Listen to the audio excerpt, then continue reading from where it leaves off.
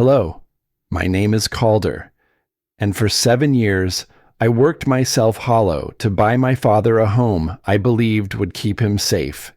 Then, one day, I walked through the door and realized I was the one being erased. My brother and his wife moved in, decided who slept where, pushed my father into a tiny room by the kitchen, and told me the garage was more convenient. They called it family care.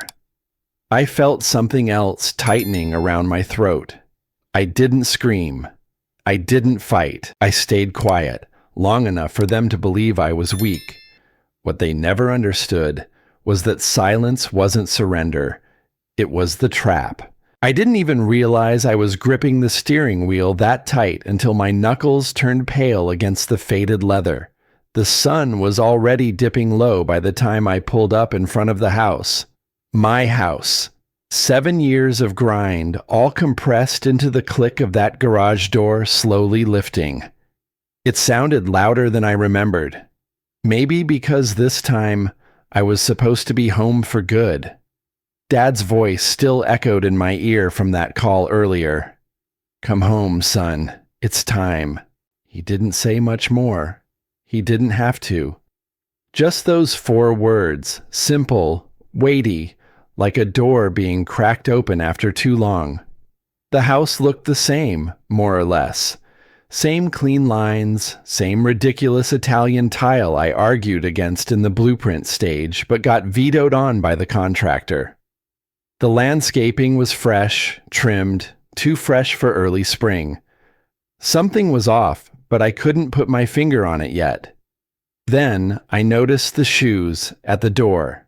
3 pairs, all pristine. 1 pair of brown leather Oxfords I'd never seen, a pair of women's flats, expensive looking, and white sneakers that didn't belong to Dad. I stepped inside slowly, like a guest. The scent hit first, rosemary, citrus, and bacon. Not unpleasant, just unfamiliar. The kind of brunch smell you'd expect at a wine country rental, not in a house where I grew up chasing toast crumbs across the floor as a kid. Then I heard laughter. Familiar. Grant. I turned the corner into the kitchen, and there they were. Grant, lounging at the breakfast bar like he'd been born into the marble. Jessa, swirling a mimosa, wearing what looked like a silk robe, pretending to be a dress. And Dad, sitting quietly near the window, a half-empty pill organizer in front of him, and that tired look I hadn't seen since the winter Mom passed. Jessa beamed when she saw me, like I was the delivery guy bringing the wrong order. "Calder, you made it. Sorry we didn't wait. It was kind of a last-minute relocation brunch." I blinked. "Relocation brunch?" Grant raised his glass. "Yeah, we figured we'd make a little celebration of it. You know, fresh start, new beginnings and all that. This place is incredible, man. You really built something here." "I didn't build it," I said flatly. "I bought it. For Dad." He grinned, unfazed. "Exactly. And it's already working. He's doing better, aren't you, Pops?" Dad didn't answer. He looked at me, opened his mouth, then closed it again when Jessa reached over and handed him 2 small pills and a glass of almond milk. "Take these, Mr. Everett. We're sticking to the schedule now. It's best if we stay consistent, especially with memory support." Memory support? I took a step closer. Since when is Dad on anything for memory? She gave me that faux soothing smile people reserve for barking dogs and toddlers. "Oh, honey, you've been gone a long time. Things shifted. We consulted a specialist. It's all in the care plan." She handed me a printed packet. Glossy cover, bullet points, signatures at the back. "We've made some modifications to the living arrangements for accessibility. Dad's now in the kitchen suite. Safer, warmer, fewer stairs." "Kitchens don't have suites," I said. Grant laughed. Well, they do now. We cleared out the old laundry nook, put in a daybed, portable heater, air purifier. It's actually kind of cozy. My jaw tightened. And where am I supposed to sleep? Oh, Grant said casually, like he'd forgotten I existed until that moment. We figured the garage would be fine, just for now. It's temporary, just for convenience. You don't mind, right? I stared at him. The garage.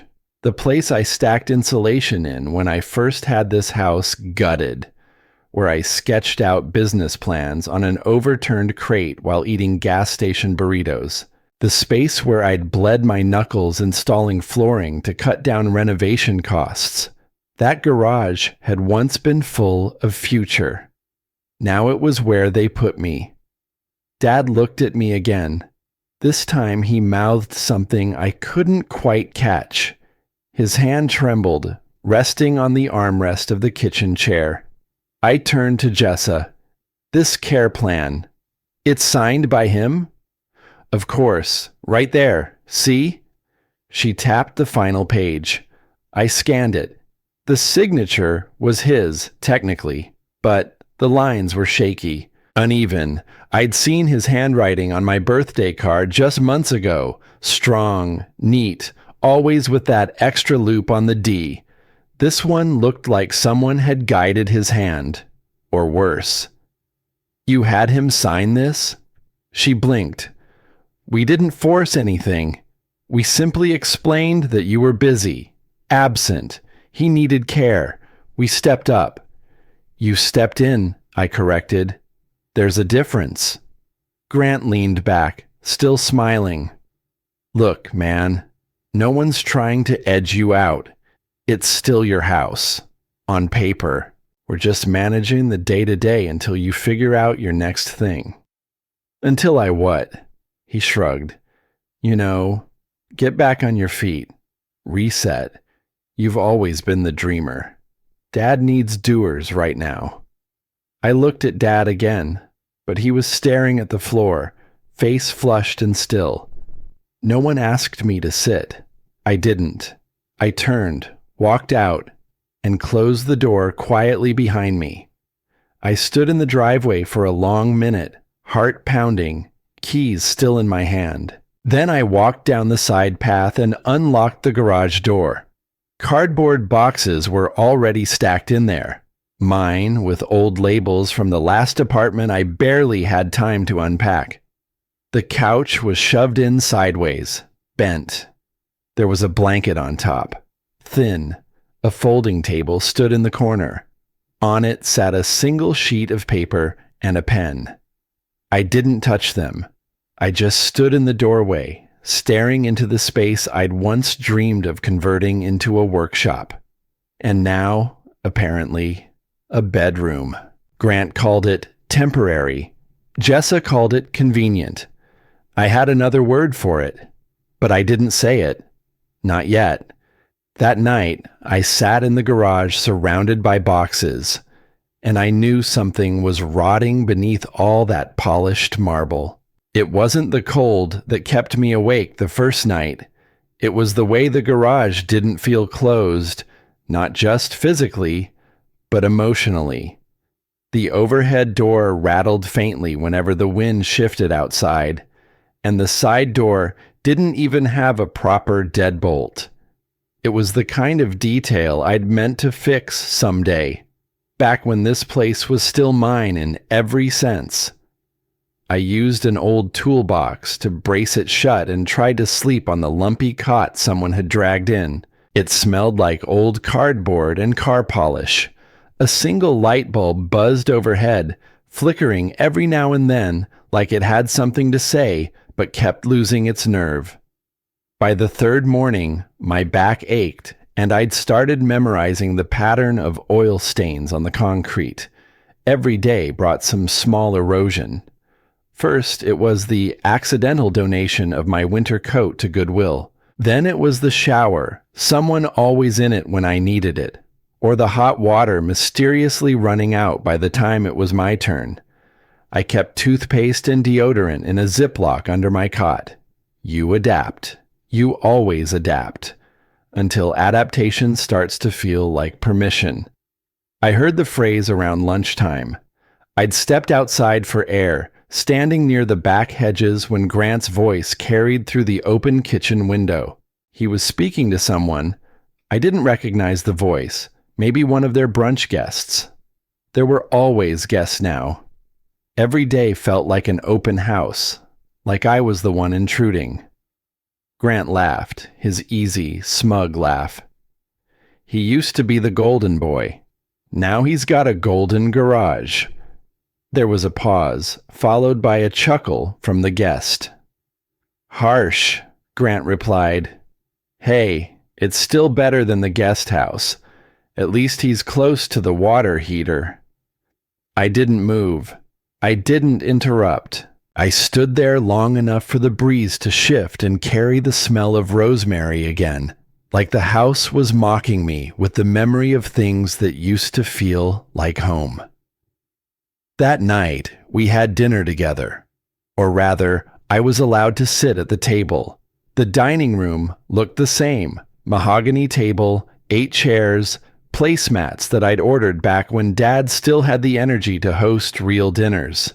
He used to carve roasts with quiet joy, telling stories that wandered and warmed the room. Tonight, he barely touched his food. Jessa poured the wine. We've got salmon with lemon herb, steamed vegetables, and quinoa, trying to keep Dad's diet brain-friendly. I looked at my father. He stared at his plate like it held answers he didn't want to read. I cleared my throat. Dad, can we talk later? I wanted to ask about the new medication. Maybe review. Jessa cut in sharply, like she'd been waiting. Please, Calder. You're barely here. We've got it handled. I blinked. I've been back 3 days. And we've been here 3 months. We're not improvising. I turned to my father. Dad, do you...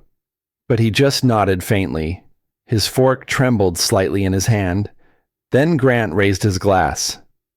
To new beginnings and responsible sons. The words hit like a slap, but no one flinched. Not even Dad.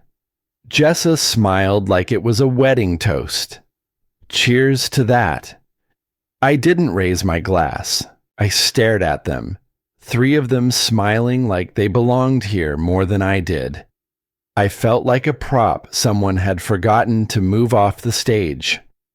The next morning, I heard the doorbell while brushing my teeth in the garage, crouched over a plastic bowl of water. Delivery. I stepped outside in time to see 2 large boxes being carried into the entryway. Curious, I followed, but stayed out of sight by the stairwell. Jessa was directing the movers. That one goes to the front office. Be careful, it's embossed. When they left, I peeked at the top box. New letterhead. Custom envelopes.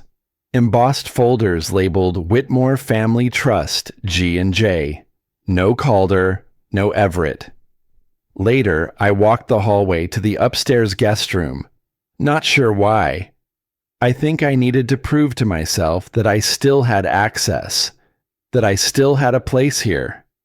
The photos had changed. The frame I'd given Dad for Christmas 2 years ago, our picture from the Dodgers game, was gone. In its place, a canvas collage. Grant, Jessa, their kids in matching sweaters, even their dog posed like a sentient accessory. The caption underneath read, "Our strongest years begin now." I stood there for a long time, looking at that frame. Then I noticed something else, the faint outline on the wall where the old photo had hung. The sunlight hadn't faded that part yet. They hadn't even bothered to repaint. That evening, I tried talking to Dad again. We sat on the back patio, his blanket tucked too tightly. Jessa's doing. Dad, I said softly, do you know what's going on? With the trust, the house? He looked at the trees. They said you were busy, that you'd moved on, that it was too much for you. Do you believe that? He didn't answer. I wanted to shake him, to remind him of the late-night calls when he'd worry about falling. The time I booked 3 doctors in a week until he got a diagnosis. The year I canceled my own lease so he could have full-time care. But all I said was, "I never left you." He finally looked at me. His eyes were glassy, unsure. Maybe it's better this way. I stood, not out of anger, out of something colder. In the garage that night, I opened a notebook and started writing names. People I needed to call. Questions I had to ask. Lines I needed to draw again. I started counting how many times my name had disappeared. From documents, from stories, from rooms where I used to belong. I kept the notebook open on the folding table, but the page stayed blank longer than it should have. Counting absences is easier than naming them. Names carry weight. They accuse. The garage was quiet except for the hum of the old refrigerator I dragged in to keep water cold. Midnight slid past without ceremony. I sat on the cot and let the past drift in, not as a flood, but as fragments that refused to line up the way I wanted them to. There was the year I worked nights driving deliveries, eyes burning, hands numb, calling Dad on my brakes just to hear a steady voice. The months I ran my startup by day, patched payroll by night, and paid medical bills as they arrived without complaint. The day I closed on the house, and Dad stood in the empty living room, palms pressed together, whispering, "This place should be yours someday, not for the walls, but for the roots." I had believed that meant time, patience, trust. I set the notebook aside and opened my laptop. The login still worked. It always had. My old insurance portal access, the one I'd set up years back so Dad wouldn't miss appointments when things got confusing. The dashboard loaded slowly, as if it knew what it was about to show me. Canceled. Declined. Deferred. Appointments scheduled and then scrubbed clean, replaced by notes that didn't match what I remembered discussing. A line item caught my eye, highlighted in a pale warning color. Neurological assessment. Disputed. The invoice was flagged. The date was 3 weeks ago. I hadn't known about it. I hadn't approved it. My chest tightened. A diagnosis can open doors or lock them. It can justify signatures, permissions, decisions made in the best interest of someone who isn't being asked. I scrolled back. More cancellations, a pattern. The kind you don't notice until you're looking for it. The house creaked above me, footsteps moving from kitchen to hall.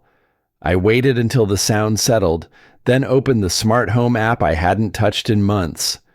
It was still synced to the cameras I'd installed after Mom passed, back when Dad insisted he didn't need help, and I insisted that help could be quiet. Archived footage. I filtered by date. The clip loaded with a stutter, then steadied. Dad sat at the dining table, the same chair he barely touched now. Jessa stood beside him, pen in hand. The angle wasn't perfect, but it was clear enough. "Just sign it, Dad," she said, voice soft, practiced. "It's what Calder would want." Dad hesitated. He looked smaller there, older. "Where is Calder?" She smiled, the same smile she wore at dinner, the one that pretended kindness was a favor. "He said it's fine. He's too busy. This will make things easier for everyone." The pen hovered. Dad's hand shook. I paused the video. For a long moment, I didn't breathe. This wasn't confusion. This wasn't a misunderstanding. It was choreography. My absence hadn't been a gap. It had been a tool. I closed the laptop and leaned back against the cold wall. The devastation came quietly, like a realization you don't argue with because it's already won. I'd told myself their choices were clumsy, but well-meaning. that Dad's silence was disappointment, that my place in the garage was temporary. None of that was true. I replayed the clip once more, then watched until the signature landed on the page. When the screen went dark, the garage felt smaller. Not because of the walls, but because of what I had let happen while I was busy building something I thought would protect us all. The next morning, I tried to look at Dad without letting my face betray me. He avoided my eyes again, not out of guilt, out of fear. The kind that comes when someone else has been speaking for you too long. "Morning," I said. He nodded. "Morning." Jessa breezed past with her phone pressed to her ear. "We'll circle back on that later," she said to whoever was listening. "The paperwork's already in motion." Paperwork, motion. Words that sound neutral until you realize they're moving you out of your own life. That afternoon, I didn't confront anyone. I did something better. I copied files, saved timestamps, took notes that didn't accuse but documented. I wrote down dates, phrases, the exact way Jessa angled the pen toward Dad's hand. By evening, the resolve arrived. Not loud, not righteous. Calm. Precise. The video didn't just show what happened. It showed me what I had let happen. I started listing everything I gave them. And then everything they took. The echo didn't begin with voices. It started with paper. Crisp, quiet, damning. 3 days had passed since I saw the video. I hadn't said a word to anyone, not even my father. I carried it in my chest like a hot coal I didn't dare exhale. That morning, Jessa made omelets. Grant read his phone. I sat at the end of the table, next to the patio doors, sunlight bouncing off the tile. I stirred my coffee. I looked at some of the house documents, I said calmly, like I was mentioning the weather. The names on the deed changed. Jessa didn't flinch. She folded her napkin, set it beside her plate, and smiled like I'd just told her the eggs were a little too salty. "You've been under a lot of stress, Calder," she said, voice smooth as syrup. "Sometimes the mind clings to things. You should focus on healing, not chasing paper trails. It's not healthy." Grant let out a soft laugh. "He's not accusing us of forgery, is he?" I didn't answer. My father sat across from me, hands folded. His knuckles looked thinner than I remembered.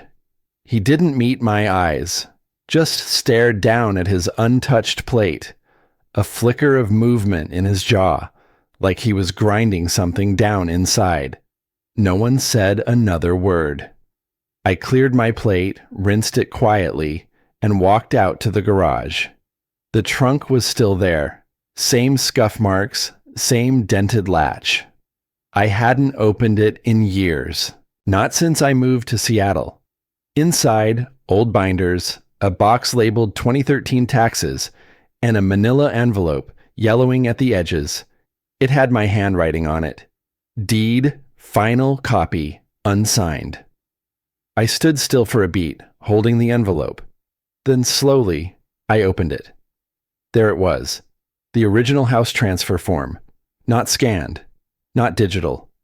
Hard copy. My father's name in blue ink. My name beneath it. The signature line, empty. I sat down on a crate and stared at it, remembering. My father never trusted online forms. "If it's worth something," he used to say, "put it on paper." That memory cracked something open. If the only signed version had never been completed, what the hell were they using now? I took a breath, then reached for my phone. It took a few hours to find her. The notary I'd used for Dad's earlier paperwork lived in Half Moon Bay now. Still ran her small office out of the back of a consignment bookstore. The bell jingled when I stepped in. She looked up from a crossword. "Calder?" She blinked. "It's been years." I nodded. I need your help. Something from back then. 10 minutes later, she pulled out a dusty external drive from her safe. You brought your dad in that day, remember? He didn't look well, but you said he insisted on coming. You brought me coffee from that little cafe across the street. I nodded again. My throat was dry. She clicked through a few folders. I still scan everything, even though it's not required. Old habit. She found it. The backup scan showed my father in a coat I hadn't seen in years. His signature, clear, steady. The date, 6 weeks before the document Jessa presented.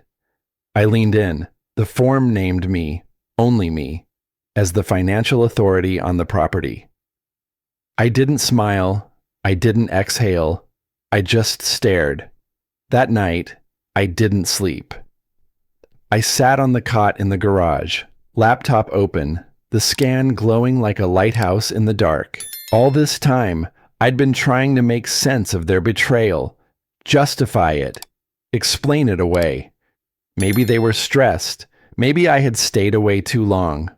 But this was planned. My father's silence no longer felt like a choice. It felt like something someone had taken from him. A vulnerability they exploited. I replayed Jessa's voice in my head from the video. He said it's fine. And in the dark, I whispered, no, I didn't. That's when I started writing the letter. 1 page, unsigned, just a clause. And I watched the flames catch. The letter was short, just a clause about fiduciary duty and transfer of authority. But it burned a hole through every hour they stole from me. I didn't sign it. I didn't need to. It wasn't for the courts. Not yet. 3 days later, I found out through a forwarded text that Gran and Jessa were hosting a family wellness dinner. The message was from my cousin Nate, who wrote, "Hey, are you going? I didn't know you were back in town." I hadn't been invited. Not directly. Later that afternoon, while passing through the kitchen to grab a bottle of water, Jessa caught my eye. "Oh," she said breezily, "you're welcome to join, if there's a seat left." Then she went back to arranging hors d'oeuvres like she was staging a magazine shoot. By 6, the house was buzzing. Laughter, the pop of wine bottles, shoes lined at the entry. I changed into a clean shirt, rolled my sleeves, and walked toward the dining room like a man headed to his own deposition. The table was long and dressed in linen. Candlelight flickered over name cards in metallic script. Whitmore, Dr. Carlyle, Uncle Mitch. I scanned them all until I reached the far end, near the swinging door to the kitchen. A folded plastic chair sat at a corner, not at the table, not away from it, but just awkwardly enough to suggest it didn't belong. A card was taped to the seat. It read, "Garage, back entrance." I didn't flinch. I pulled out the chair, the legs scraping over hardwood, and sat. No one said a word. I could feel a few pairs of eyes flick my way, then dart back to their wine glasses. Dinner unfolded like theater. Grant played host. Jessa passed dishes like she was auditioning for a cooking show. Conversations bloomed around safe topics: school fundraisers, real estate, someone's wellness retreat in Sedona. My father was present, seated between Grant and Aunt Loretta. He smiled politely, but said very little. When he looked my way, it was fleeting.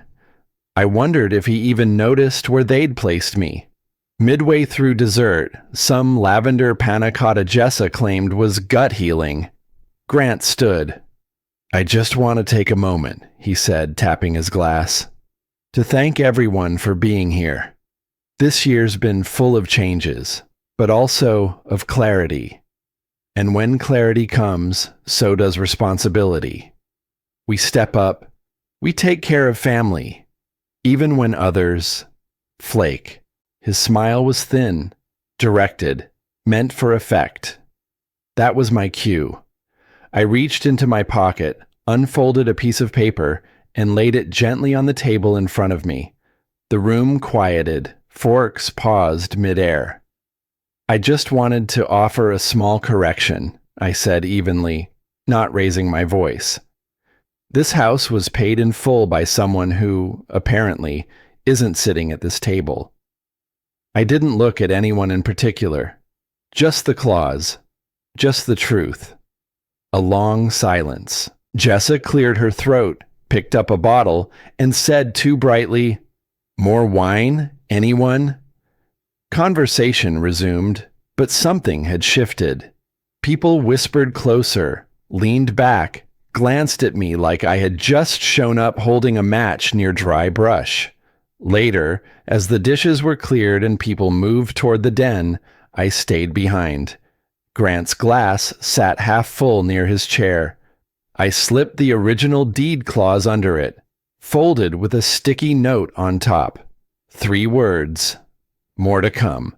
Then I walked out, not through the kitchen, but through the front door. They thought I was coming to explain myself. I was coming to watch them explain themselves. The air outside was cooler than expected for spring. I didn't go far after stepping out that night, just walked the length of the street and back, letting the street lamps cast long shadows as I passed. Something inside me had shifted. Not just resolve, but orientation. I no longer saw myself as someone trying to belong at that table. I saw myself as the man who built it. And now, I was here to take inventory of the damage.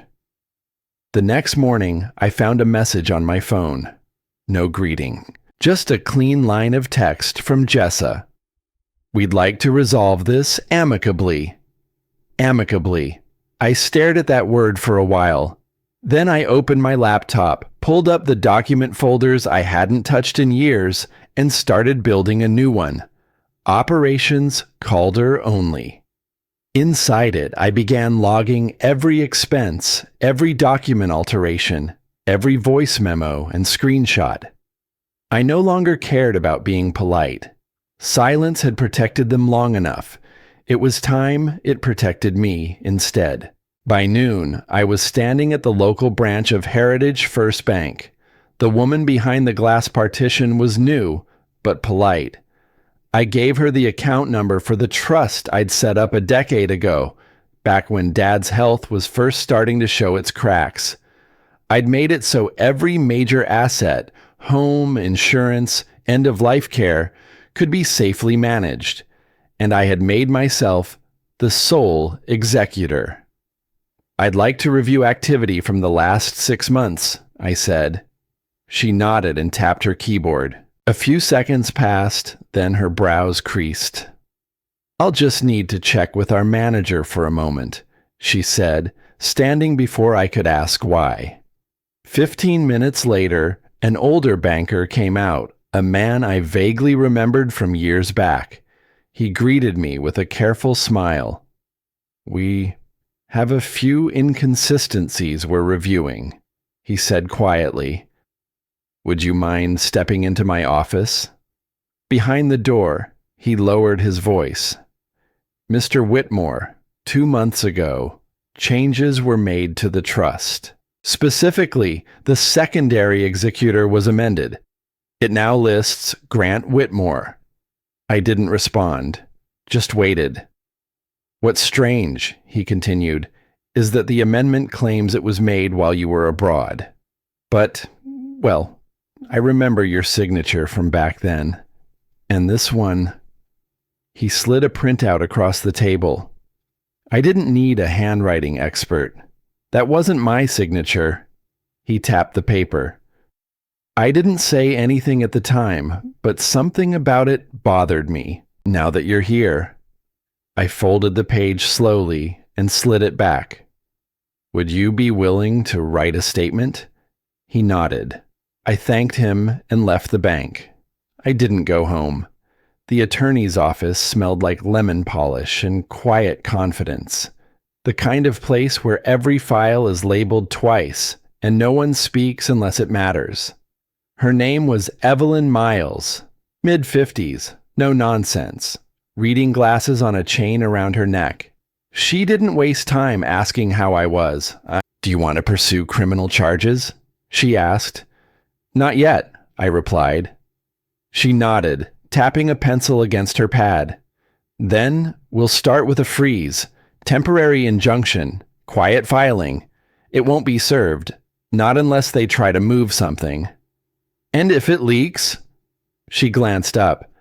Then they'll know you're serious, and we'll be protected. We spent the next 2 hours reviewing every clause, every document I had brought, every screenshot and timestamp. She was surgical. By the end, she leaned back and said, "This isn't just messy, it's deliberate. Whoever guided them knew how to navigate guardianship law, but they got sloppy with execution." I signed the necessary paperwork. She'd file under seal the next morning. As I walked out, my phone buzzed again. Another message. From Grant this time. "Hey, let's not drag this through lawyers. We're family." I didn't respond. Instead, I walked to the small overlook behind the attorney's office. The wind picked up as I leaned against the railing, watching the sun start to lower behind the distant hills. I remembered Dad's face from the video, his eyes searching the room. "Where is Calder?" I whispered back into the wind. "Right here, watching." They thought the meeting ended when I stood up. It didn't. It started when I walked out. It began with a knock, not loud, not rushed, just firm, like a courtesy before a blow. I opened the door to find Jessa standing there, one hand on her hip, the other holding a manila folder. "We'd like to clear the air," she said. "Grant, me, and Ben. You remember Ben, our attorney friend?" I didn't answer. I just stepped aside and let her talk. "We think it's time to stop the tension," she continued with a rehearsed smile. "We're having a clarity session this evening, just us, to make sure no one misremembers the facts." "Clarity," I repeated. "Sounds like code for control." Her smile froze for half a second. Then she nodded. "Dinner's at 6, meeting at 7. You're invited." She walked away before I could reply. I didn't need to. I already knew I'd show up, but not empty-handed. At 6:45, I slipped the USB into my jacket pocket, along with the notarized scan and a printed copy of the injunction filing. I didn't dress up, just jeans and a button-down shirt that still smelled faintly of motor oil. I wanted them to remember where they'd shoved me. When I entered the living room, the lights had been dimmed, the long coffee table had been cleared, and a flat screen at the front displayed the family crest my father once had engraved on the house gate. Grant stood next to it, clicking through a slideshow of spreadsheets and charts. Jessa poured wine into 3 glasses. Ben sat with a legal pad and a forced look of impartiality. "Calder," Grant said, motioning to the last empty seat. "We're glad you came. This is about unity." I said nothing, just sat. The presentation began. A series of projected documents flickered across the screen: transaction summaries, care plan budgets, property tax records, all meticulously clean, sanitized, legal-looking. Jessa narrated as if reading from a script. These transfers were done with full transparency. The trust was updated while Calder was traveling abroad. Our goal was never to exclude, but to protect Dad's legacy. Grant added, "You've always been a free spirit. We thought handling the estate might burden you." They made it sound like a gift, like I should thank them for hijacking what I built. When the last slide faded to black, Ben leaned forward. "We'd love to put this tension behind us. No legal paths, just understanding." I let the silence stretch. Then I stood, walked over to the TV, and removed their USB. I replaced it with mine. The screen lit up again, this time showing a paused video. My father's face, tired, confused, a pen shaking in his hand. I pressed play. Jess's voice came from the speaker. "Just sign it, Dad. Calder's fine with it. He said it's better this way." My father looked around. "Where is Calder?" A pause. "He said he's too busy." Click. The room fell still. Even the wine glasses stopped clinking. Ben adjusted his collar. "Is that admissible?" I didn't answer. I pulled out the notarized scan and dropped it on the table. "This is the original clause," I said, "dated 6 weeks before your version. Signed in person, in ink, with witnesses." Jessa blinked. Grant clenched his jaw. Ben looked like he wanted to leave. I wasn't done. From my jacket, I slid out the preliminary injunction.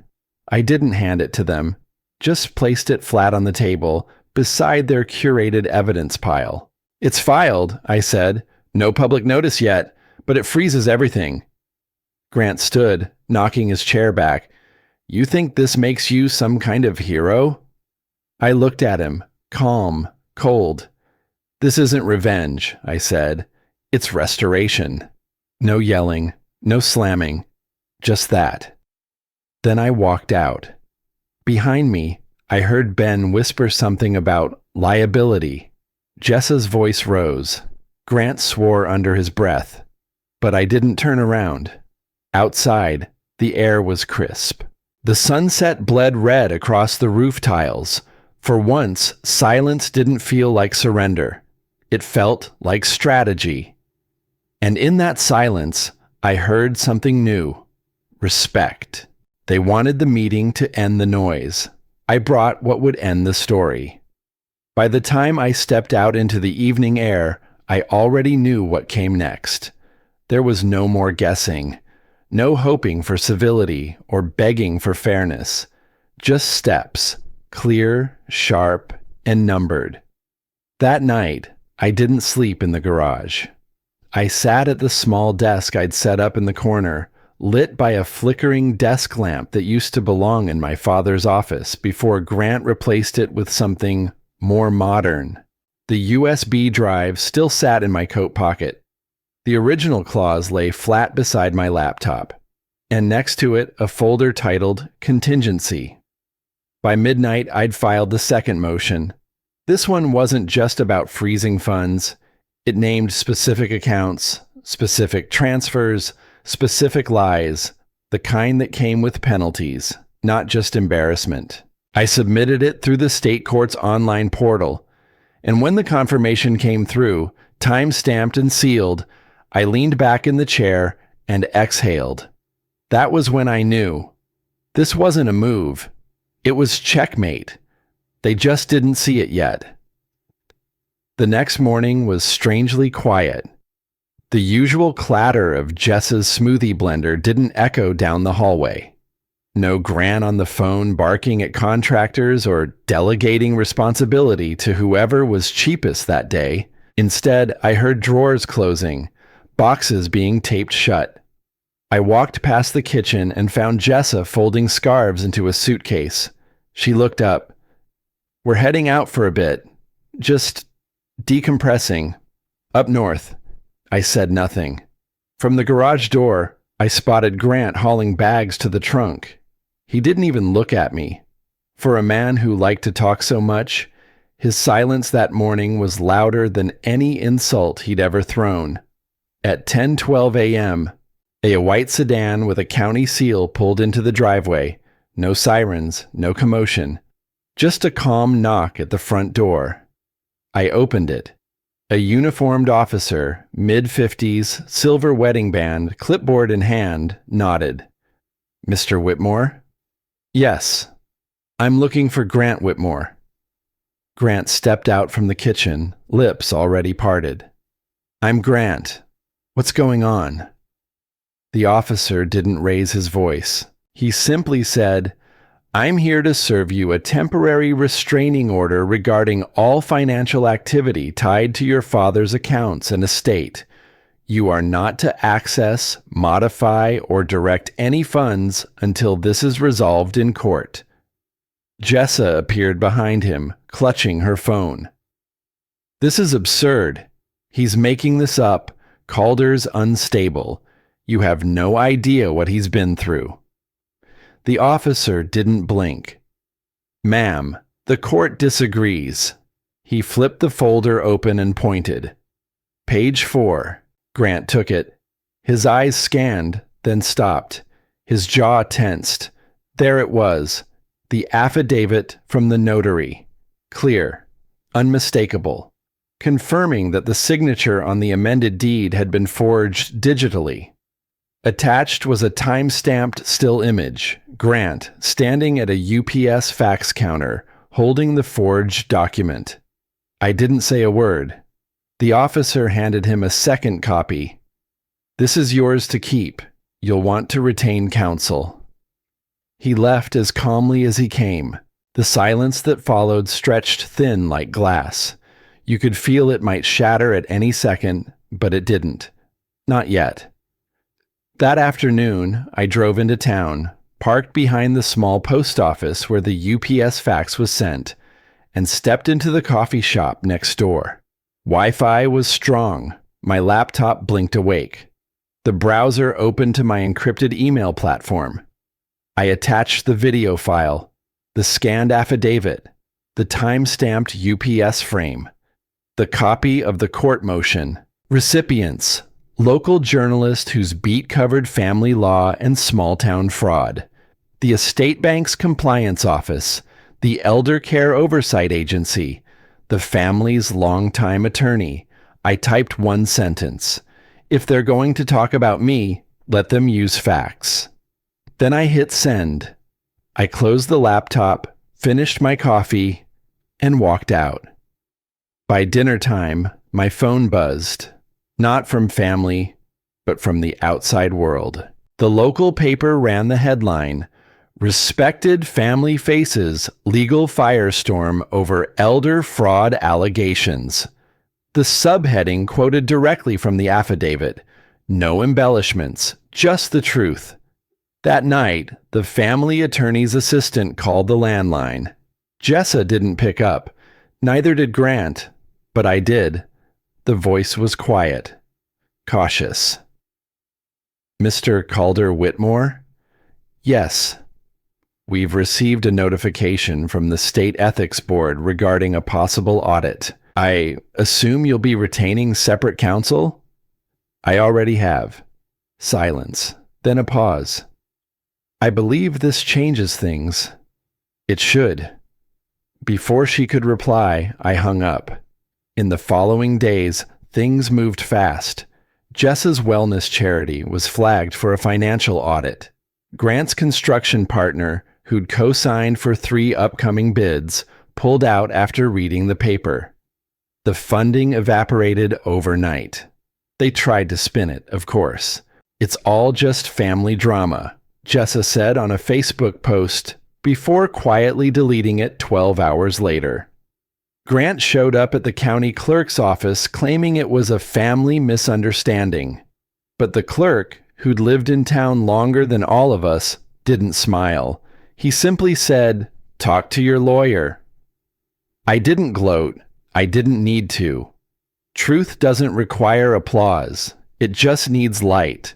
And now that it had it, everything began to rot in the open. Later that week, I passed the living room and saw my father watching the news. The story wasn't on screen, but I could tell he knew. He turned to me. His eyes were clearer than they'd been in weeks. He didn't say thank you. He didn't need to. He just said, "It's good to see you standing." And I replied quietly, "It's good to not be hiding." After everything, the house felt like a shell. Not haunted, just emptied of illusion. Grant and Jessa were gone. Their cars no longer took up the driveway. The artificial scent of Jessa's diffuser, lavender and ego, had faded. Mailboxes bore their names no longer. The paper trail I'd spent nights unraveling had been shredded not by me, but by the truth itself. But I didn't move back in. There was no victory in reclaiming a place that never defended me when it mattered. I didn't need 4 walls to feel whole. What I needed was to know I'd seen the end through, with my name intact. I returned once, just once. It was a Sunday morning, late spring, the kind of soft, sleepy warmth that lingers in the air before the heat of day takes over. I parked down the block and walked barefoot into the garage. Same concrete floor, same dented tool cabinet, same crack on the far wall where I used to line up my shoes so I didn't trip over them in the dark. I didn't stay long, just enough to sit for a while on the thin cot they'd left behind. Then I folded the blanket, placed it on the workbench, and left a single note beside it. I left the door unlocked this time, in case someone finally wants to talk. I locked the main house on my way out, not out of spite, but closure. What needed to be said had already been said. A few days later, I drove across town to the assisted living facility. It was quiet, the good kind of quiet. No buzzing intercoms, no forced smiles, just soft footsteps in the hallway and sunlight filtering through clean windows. My father was sitting in a recliner by the window. He looked smaller, not just older, but less heavy with denial. When he saw me, he didn't flinch, didn't pretend to be surprised. He just reached out his hand, and I took it. His grip was weak, but present. His voice cracked. I didn't know. I didn't let that hang in the air. I didn't need him to apologize or grovel or justify. I simply said, "Now you do." That was enough. I stood, walked over to the wall beside his bed, and hung a framed photo I'd had printed. It was the house, before the renovations, before the brunches and place cards, before Grant ever stepped foot inside. The front door was open. There was a yellow ribbon on the mailbox. I'd tied it the day the final payment cleared. Below the image, in simple font, was one line. Home is not a building. It's the truth you protect inside it. He looked at it for a long while. I don't know what memories it stirred. I just know he didn't ask me to take it down. That night, I drove to the Overlook. It wasn't planned. Just muscle memory, like my car knew where I needed to be more than I did. I parked, walked past the faded railing, and sat on the wooden bench overlooking the Pacific. The waves rolled in steady rhythm. People walked their dogs below, their voices distant and clean. A breeze caught the edge of my shirt and made the tall grass dance. I pulled out my phone. There were still texts, some angry, some desperate. Missed calls, voicemails, even a few media requests from numbers I didn't recognize. I didn't reply. I scrolled to the Notes app and opened a blank page. Typed one line. I don't need to be remembered. I just refuse to be rewritten. I hit save, closed the phone, set it down beside me, and just breathed. No noise, no posturing. No final monologue, just the man I chose to be, sitting in the only peace that ever mattered. Because some houses are built from stone, others from silence. I finally learned how to tear mine down and build from truth.